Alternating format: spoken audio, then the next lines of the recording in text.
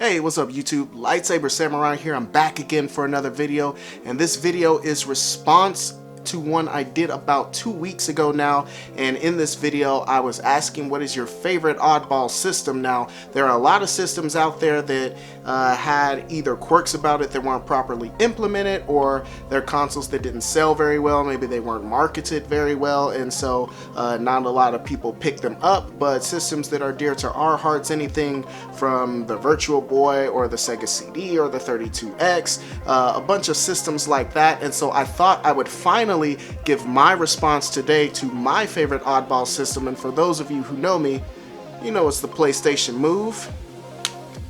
Let's talk about it. Alright, so the PlayStation Move, it released in 2009 as an attachment to the PlayStation 3 to compete with what Sony and Microsoft had seen with the Nintendo Wii and its motion controls, and Microsoft and Sony released the Xbox Kinect and the PlayStation Move respectively. It consists of Move controllers like this and a PlayStation camera very similar to the PlayStation Eye that we saw on the PlayStation 2, as well as a separate controller called the PlayStation Nav controller, which is basically like the nunchuck for the Wii, and you could use that in some of the more complex action adventure games. It was equipped with an analog stick, so you could use it as another form of movement within the games. This system was panned heavily, and it got a lot of unnecessary hate in my opinion. Oddly enough, I'm doing this video, and this is the reason why I started my YouTube channel, for those of you who know me. And if you saw a video I did several months back called I Am Lightsaber Samurai, I revealed in that video that the reason why I got into YouTube, I was watching one of my favorite YouTubers at the time, Metal Jesus Rocks. He was doing a PlayStation 3 buying guide with Kelsey Lewin, and in that they mentioned the Move as one of the controllers, and in that they proceeded to say how the Move didn't work and motion controls didn't work outside the Wii, and the games on it were terrible and this and that in the case. And honestly, I wanted to respond to that because I felt, quite frankly, I felt that they were speaking from a position of not actually having tried the Move at all. For those of us who use the Move, most of us know that this actually works better than the Wii with Motion Plus in it. So this is very responsive. Some of the games were ports of the Wii, and of course they are the definitive editions, like for instance Killzone Extraction, or the GoldenEye remaster that was done during that generation. There was even a port of No More Heroes that found its way to the PS3 that I think played better than it did on the Wii, and many more. So let's take a quick look and we will dive into some of this here. Again, it worked with the PlayStation Eye that was connected to the PlayStation 3, and there was a bunch of different games. The pack-in title with it was Sport Champions, and that was kind of their answer to Wii Sports. It came with about 5 or 6 games like table tennis and disc golf and archery. My favorite game on the original Sport Champions was Gladiator Battle. And Gladiator Battle, you can use it with 1 or 2 wands, and basically you have a sword and a shield, and your objective is to fight in an arena against a lone opponent, and you have to take them out of the arena either by knocking them out of the ring or just plain knocking them out. It was very fun, and like I said, I thought it was very cool because the motion controls were so spot on.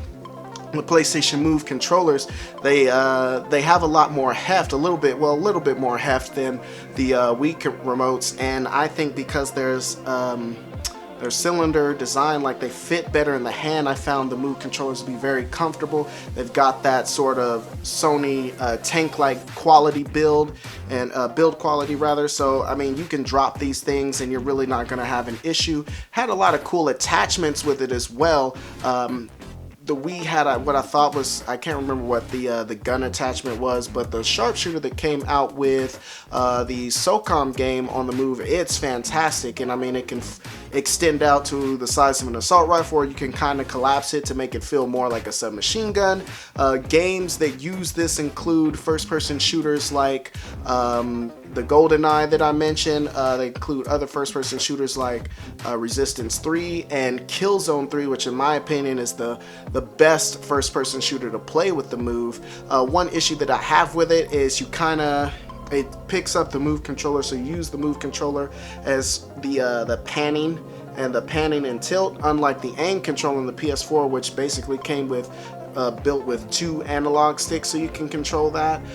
This you kind of pan and tilt with that, and the issue with it is it becomes kind of heavy after a while. Like I said, the wands themselves are built very well, and the sharpshooter attachment is built very well, and so it's kind of got a bit of heft to it. And after 1 or 2 levels, I mean, you're really going to be feeling it. You're going to need to take a break.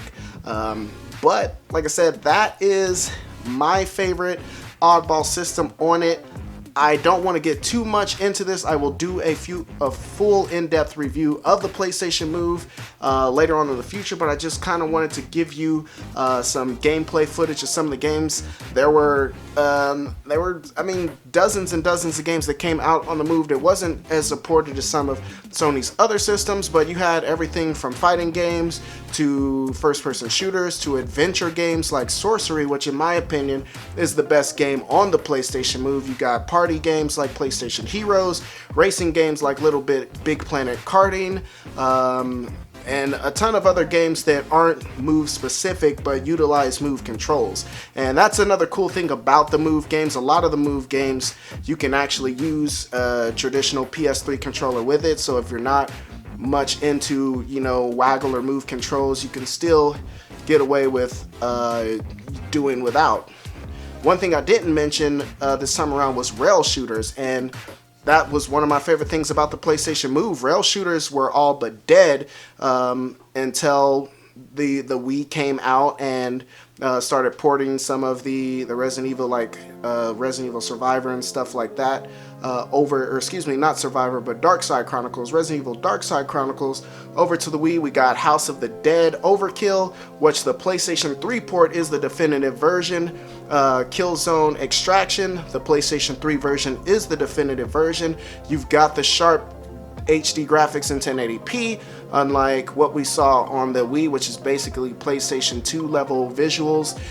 And I mean, everything from that to the 5.1 or 7.1 surround sound. So the sound got a big boost as well. The Move was something to behold, and it's criminally underrated.